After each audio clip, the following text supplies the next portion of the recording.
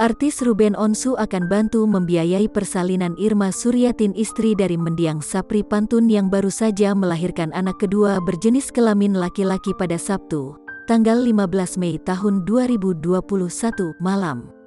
Proses persalinan istri Sapri Pantun berjalan lancar melalui operasi CSR.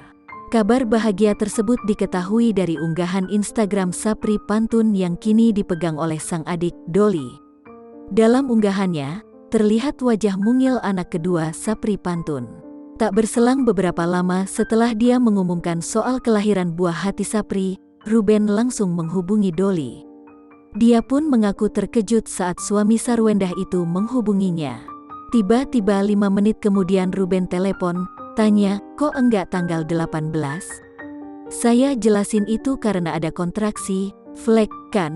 Ya sudah, kata Ruben, nanti biayanya telepon, kasih tahu saya. Berapanya? Ujar Dolly dikutip dari kanal YouTube Paragram Official, tanggal 16 Mei tahun 2021. Dia pun mengaku tak enak hati karena Ruben juga sudah memberikan bantuan saat Sapri Pantun meninggal dunia. Dolly bahkan menyebut Ruben sangat baik dan perhatian kepada Bang Sapri serta keluarganya.